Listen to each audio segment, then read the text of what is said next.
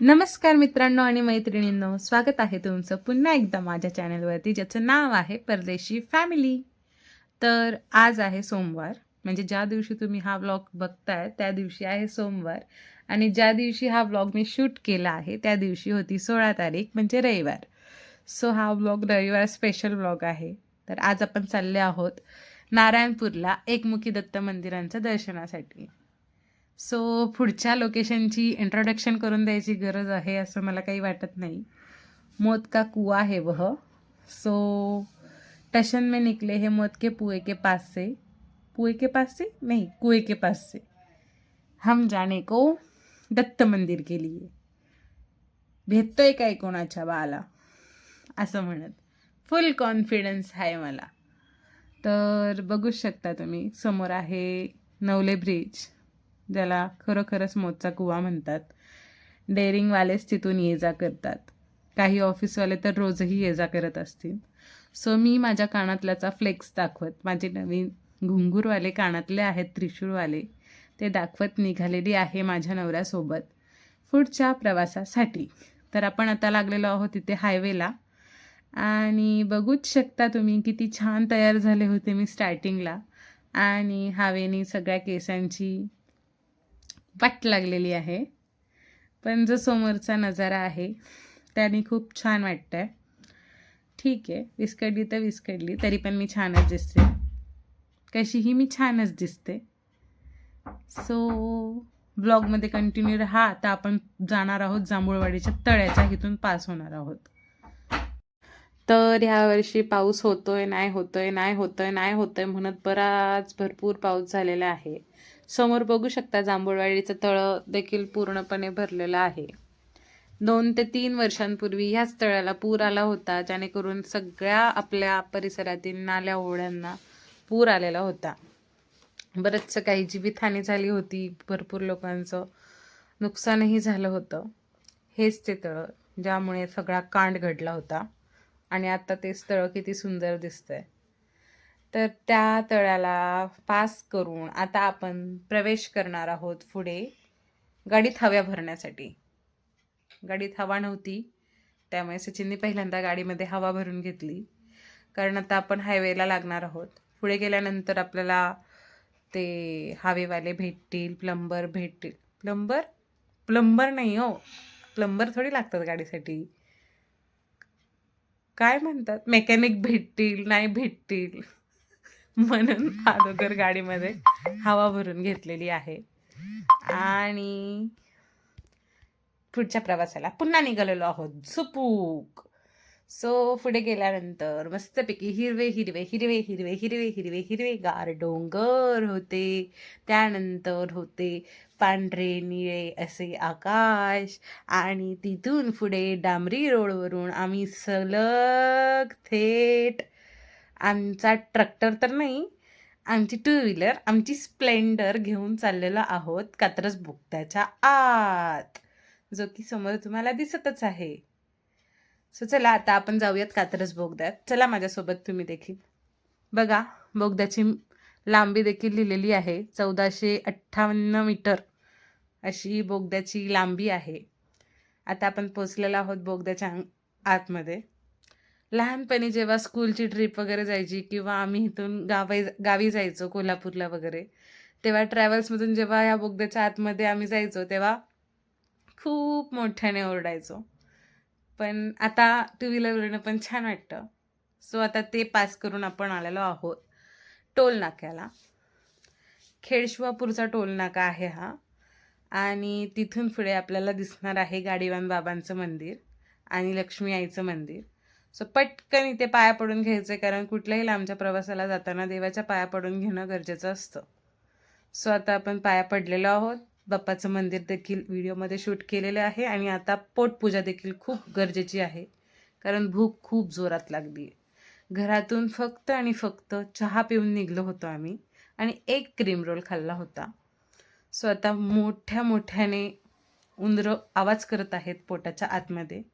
So आपण बसलेलो आहोत मानकर डोसा इथे, आणि तेथे आम्ही अगोदर विचार विनिमय केलं की काय ऑर्डर करायचं म्हणून. सो फायनली ठरवलं आणि केली मिसळ ऑर्डर. आणि मिसळ होती चांगली मस्त. आम्ही दोघांनी मिळून तिला केली फस्त. असा मस्तपैकी पिळलाय त्याच्यावरती लिंबू आणि कांदा टाकून चम्मच घेऊन टाकला आहे तंबू. तंबू नाही, फरसाण. आणि मी ऑर्डर केलेली आहे स्पंज डोसा. सो आता स्पंज डोसा, बटाट्याची भाजी, नारळाची चटणी, सांबर असं पोटामध्ये ग्रहण केलंय. पोटाला सगळं तुडुंब भरलंय आणि आम्ही निघालेलो आहोत पुन्हा परत पुढच्या प्रवासासाठी. सो आता रस्त्यामध्ये आपल्याला लागलेलं आहे त्रिदेव मंदिर, जे की खूप सुंदर आहे. इकडे देखील आम्ही गेलेलो आहोत, पण तिथला व्लॉग कधी नाही शूट केलेला. कधी गेले तर पुन्हा पुढच्या व्लॉगमध्ये वगैरे तुम्हाला ते देखील दाखवेल मी. खूप सुंदर मंदिर आहे त्रिमंदिर आणि जवळ देखील पडतं आमच्या इथून. लहान मुलांना वगैरे सोबत न्यायचं असेल तर हे स्पॉट खूप सोयीस्कर ठरतात.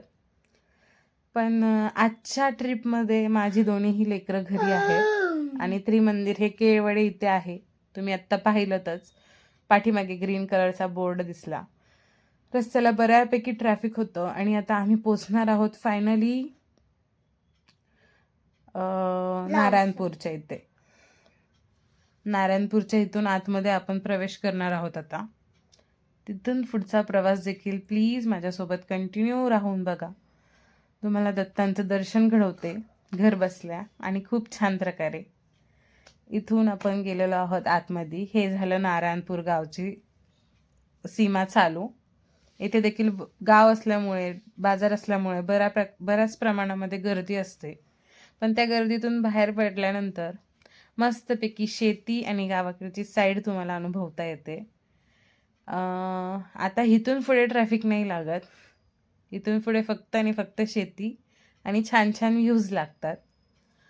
सो आता आपण चाललेलो आहोत पुढेच आणि पुढेच. इथे मला काय बोलायला नाही सुचलं तर मी तिथे पुढेच आणि पुढेच बोलते.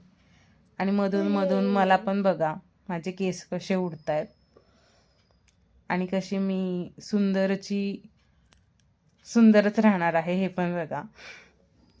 मी खराब कधी दिसत नाही. I love myself. I really love myself. मी कशीही दिसो, मी सुंदरच दिसते, मला माहिती आहे. ते आत्ता थोडी जाड झाली आहे म्हणून असं वाटतं तुम्हाला खूपच एजेड असेल म्हणूनही, पण नाही. एज तर प्रत्येकाचंच होतं, कधी ना कधीतरी होणारच आहे. आपण सगळेच म्हातारे होणार आहोत, त्यामुळे त्याचं काही टेन्शन नाही आहे मला. मी मस्तपैकी लाईफ माझी जगत असते आणि मस्तपैकी फ्लेक्स करत सगळा रोड, सगळं वातावरण एन्जॉय करत आम्ही दोघेही निघालेलो आहोत पुढच्या प्रवासासाठी. नाही ना, तू नव्हता ते सांगितलंय की मी त्यांना. आज तू कुठं आलतास आमच्यासोबत? तू घरातच होतास. असंच तुला नव्हतं नेलं ना आम्ही. सो आता बघ ना कृष्णा. सो फायनली आता आम्ही पोचलेलो आहोत. इथे छानसं लोकेशन होतं. समोर बघू शकता तुम्ही किती छान डोंगर आहे. त्या डोंगरावरती उतरलेले ढग आहेत. तर सचिनला म्हटलं जरा आपण आपली आपली स्प्लेंडर थांबवू आणि साईडला थांबून जरासे फोटो काढू. तर सचिननी माझं ऐकलं. तसं ऐकतो माझा नवरा, शहाणा आहे. आणि त्यानंतर आम्ही ह्या छानशा लोकेशनवरती खूप छान सारे फोटोशूट केले. ते खूप क्यूट आले आणि मी तुम्हाला ब्लॉगमध्ये हे लोकेशन देखील दाखवते. खूप सुंदर आहे. तुम्ही देखील गेलात तर घरातून निघताना प्लीज लवकर निघा, उशीर करू नका. जर का उशिरा निघालात तर तुम्हाला कुठेही थांबायला वेळ भेटत नाही. आणि त्यातल्या त्यात जर का तुमचा नवरा असा म्हणतात ना वडिलांच्या डोक्याने चालणारा असेल. वडिलांचं डोकं कसं चालतं की हे चला रे चला, लवकर चला, आपल्याला चला अंधार होईल, आपल्याला चला उशीर होईल, आपल्याला अंधार पडेल, आपल्याला घरी पोचायचं आहे, घरी आपली लोक वाट बघतायत. अशा विचारांचा असेल तर तुम्ही प्लीज घरातून लवकर निघा. तुम्हाला अशा जाग्यांवरती जास्त वेळ थांबून मस्तपैकी एन्जॉय करता येईल. पण तरी देखील आम्ही दोघांनी देखील मिळून भांडत तंडतच प्रत्येक गोष्टी करतो आम्ही, ते काही नवीन नाही आमच्यासाठी, पण केलं आम्ही तिथे एन्जॉय. आणि तिथून एन्जॉय करून पुढे निघालेलो आहोत पुन्हा पुढच्या प्रवासासाठी. कारण नारायणपूर काही जवळ नाही आहे. नारायणपूर हे आमच्या घरापासून बऱ्याच किलोमीटर अंतरावरती आहे.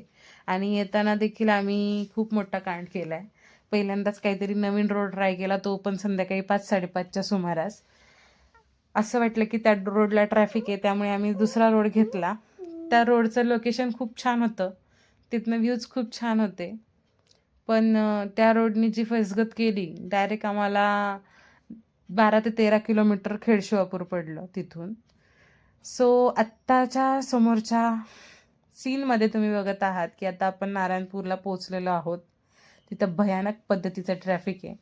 गर्दी तर तुम्ही बघू शकता, साईडनं 4 व्हीलरची जी रांग लागली आहे ती सगळीच मंडळी दत्तांच्या दर्शनासाठी गेलेली असणार आहे. सो मी आणि सचिननी पहिल्यांदा तर ठरवलं की बाहेरनंच दर्शन घ्यायचं. बघू शकता तुम्ही समोर मंदिर आहे दत्तांचं. आणि नंतर काय म्हणत आलं, शेजारी महादेवाचं मंदिर होतं, तर सचिनला म्हटलं चला दत्तांना नाही तर नाही, निदान आपण महादेवांचं तरी दर्शन घेऊयात. असं म्हणून आम्ही पहिल्यांदा गाडी पार्क केली आणि महादेवाच्या मंदिराकडे निघालो.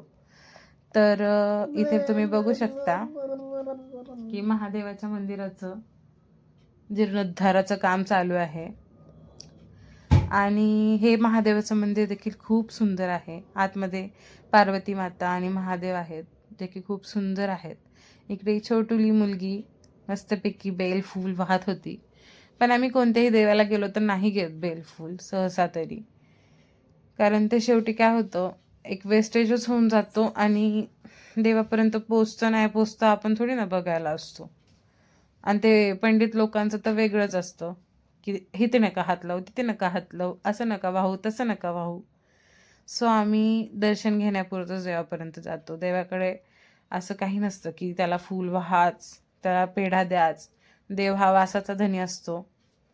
त्याला फक्त आपलं प्रेम अंतःकरणात ना त्याच्यावरती आहे याची जरी जाणीव झाली तरी पण तो आपल्याला भरभरून कायमस्वरूपी देतो.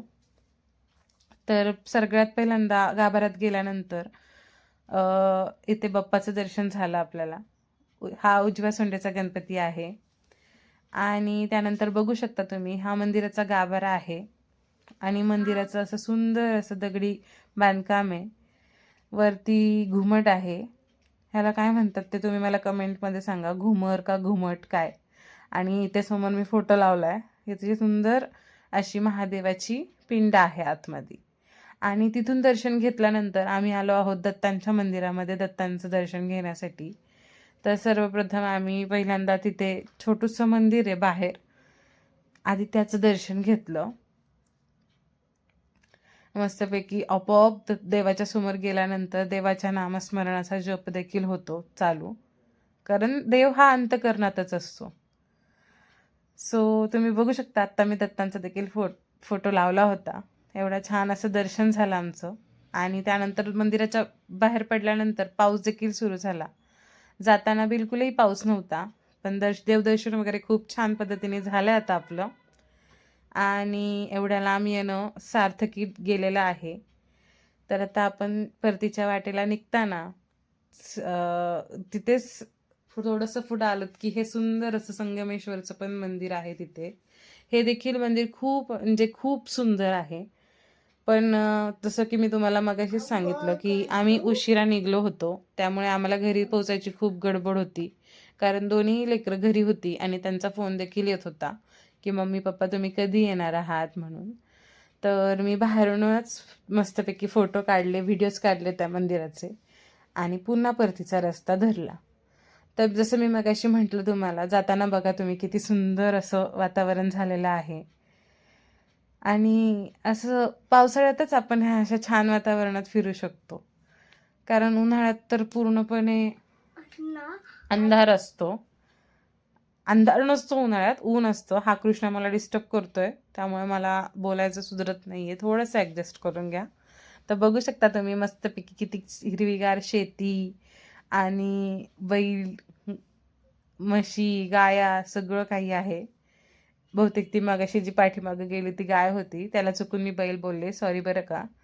तर आता तर आता पुन्हा आपण पुढे निघलेलो आहोत आणि मला ह्या प्रसाद मलाई बनमस्का चहाची टेस्ट चेक करायची होती. कारण मला एकाने सांगितलं होतं, म्हणजे आमच्या मॅम आहेत त्यांनी सांगितलं होतं की छान असतो इथला चहा आणि बनमस्का. सो आम्ही 2 चहा आणि 2 बनमस्का घेतले होते 160 रुपयाला. पण मी माझं पर्सनली तुम्हाला ह्याच्याबद्दल सांगू शकते की एवढं काही खास नाही आहे 160 रुपये देण्यात. तर आजच्या व्लॉगमध्ये एवढंच होतं.